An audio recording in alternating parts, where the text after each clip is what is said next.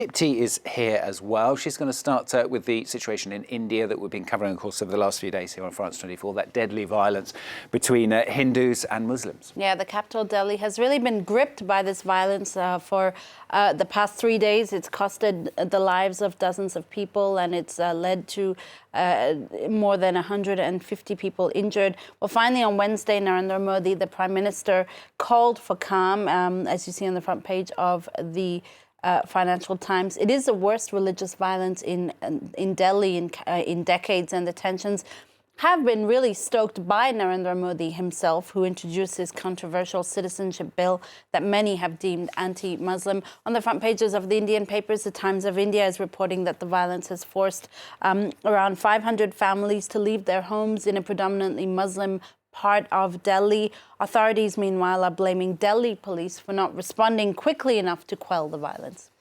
Well, sharing the front pages also around the world. The other big story of the moment, of course, is coronavirus. The epidemic continues to spread. The first case reported now in Brazil. That's right, and it means that every continent but Antarctica is now affected by coronavirus. 38 countries and more than 80,000 cases of the virus have been declared, as the Eye reports on its front page. The virus is now growing faster outside of China, it says, than inside. Meanwhile, in China, where it all began, the Shanghai Daily going with a completely different front page. It's hailing the release of a cured patient, a 68-year-old man who was apparently in a coma for 13 days, now has miraculously recovered. I mean, obviously, the problem with the Chinese press is that it's not always easy to verify this information. And in fact, it's interesting, the Washington Post today in their editorial is looking at the coverage of the coronavirus epidemic by Russia and China and really castigating the way that the virus is being reported.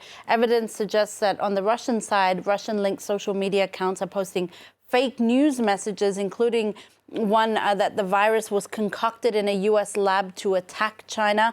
The Chinese press, meanwhile, are going to great lengths to censor what its citizens are saying about the epidemic, including tracking social media accounts of Chinese citizens abroad. So the paper is saying that both methods are, quote, modeling the go-to responses used by authoritarian regimes in an attempt to thwart the web of its democratizing power. Well, that's the front pages. Let's go more to the back pages for this next story. The Russian tennis player Maria Sharapova has announced her retirement. Yeah, and she was a polarizing figure in women's tennis and in tennis in general. And for that reason, tennis.com says she'll leave behind a cloudy, unresolved legacy.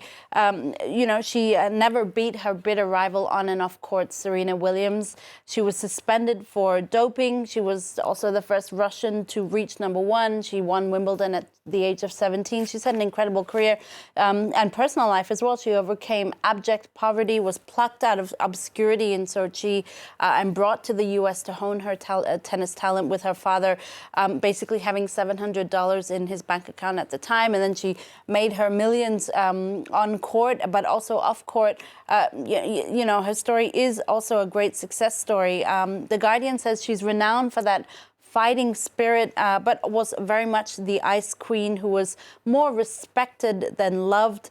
She became a fashion icon. She had a very colorful private life. In short, her tennis career might have ended with no fanfare, but she'll surely be continuing her off-court activities in retirement. I'm sure. Maria Sharapova there. In other news for you now on the programme, a Spanish carnival troupe whose Holocaust-themed parade due outrage has cancelled its remaining shows. Yeah, this was the Campo de Criptano carnival earlier this year that saw its participants dress up as Nazi soldiers and concentration camp prisoners.